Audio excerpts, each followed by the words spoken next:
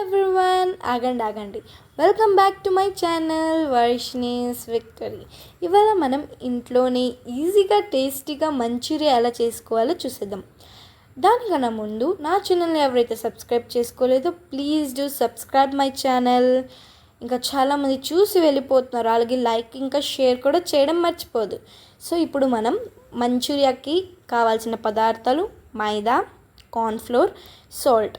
ఇంకా మంచూరియాకి main ingredient cabbage కాబట్టి మనం క్యాబేజ్ని చిన్న చిన్న పీసెస్ని కట్ చేసి ఉంచుకోవాలి.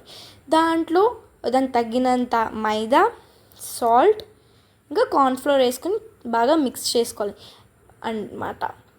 ఎంతవరకు వేసుకోవాలంటే క్వాంటిటీ అది మనం బాల్స్ అయినంత వరకు వేసుకోవాలి. ఇప్పుడు 3 స్పూన్స్ కార్న్ఫ్లోర్ వేసుకుంటే 3 స్పూన్స్ వరకు మైదా వేసుకోవాలి.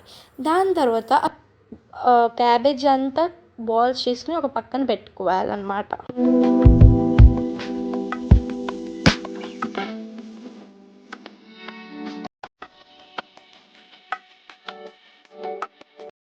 బాల్స్ అనేది మీకు నచ్చినంత సైజ్ చేసుకోవచ్చు, చిన్నవైనా పెద్దవైనా మీడియం అయినా.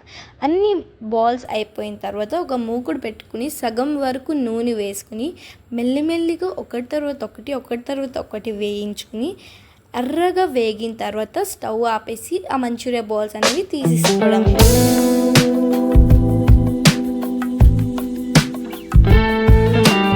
దాని తర్వాత మసాలాకు కావాల్సిన పదార్థాలు చూసేద్దాం.